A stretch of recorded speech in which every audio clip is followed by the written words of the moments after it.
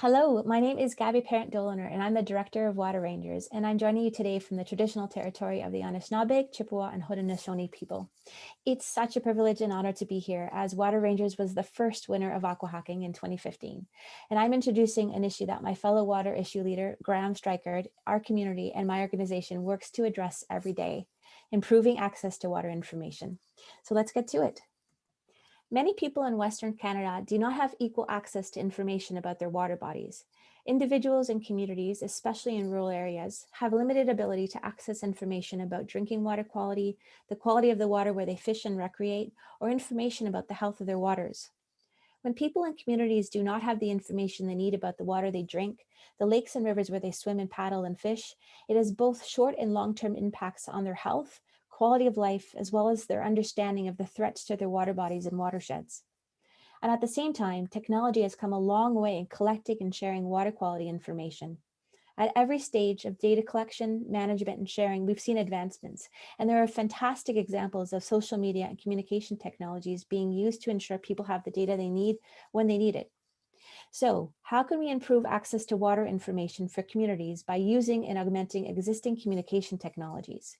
And are there new ways we can link to existing social media and communication technologies to support community access to water information? Let's keep that challenge in mind as we look for more closely at the problem. Before I get started, these are the most important types of water information that people need to access in timely, easy to understand formats: the quality of their drinking water, the quality of the water where they swim, fish, paddle, perform ceremonies, essentially where they have physical connections with the water, and finally, the environmental health of their water bodies and watersheds. And I include safety information like floods here. Let's turn our attention now to what the barriers to access to water information can look like and what repercussions these barriers can have on individuals, communities, and water bodies. Many communities, namely rural communities and Indigenous communities, are not able to access and use data that relates to their water quality. Information access is impeded in two major ways.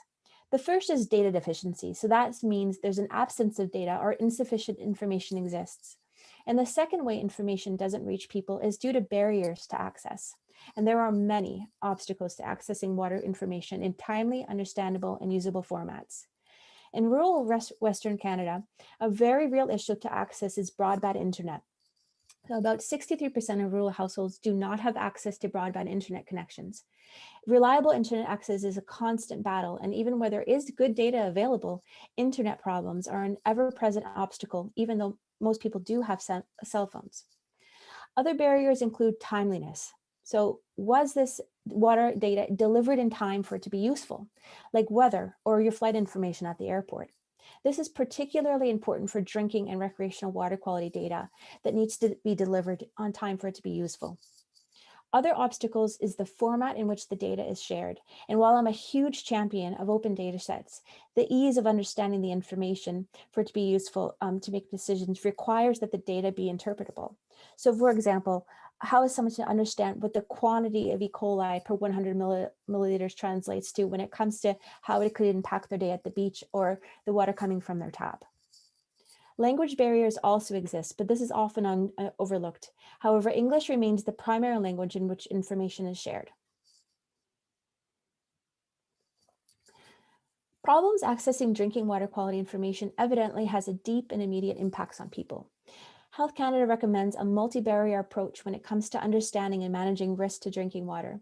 That means understanding each water supply from its beginning in nature to where it reaches peoples in their homes. This understanding about the water's characteristic, the ways it could become contaminated, and the types of treatment it needs comes from collecting and studying data. In rural areas of Western Canada, tap water supplied to houses is not typically tested for quality and safety with the same intensity as public supplies that serve larger populations. And consequently, rural residents might be at greater risk of exposure to poor quality water and any resulting health impacts. Surveillance data from both public water supplies and private wells and other drinking water sources is imperative. Even where there is data and information available for drinking water, the barriers I described, which range from technology to language, challenge how effectively this information is communicated to people, which can have immediate and long-term health impacts on individuals and communities. Beach monitoring is another example of how poor access to data impedes water literacy and makes it difficult for people to answer even the most basic question: is it safe to swim today?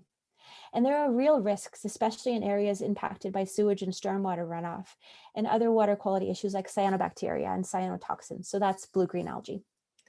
60% of Canadians swim at a beach at least once a year, but most people swim at unmonitored or data deficient beaches. And in Western Canada, all provinces, they actually do monitor official beaches, but only Manitoba and British Columbia share results with the public.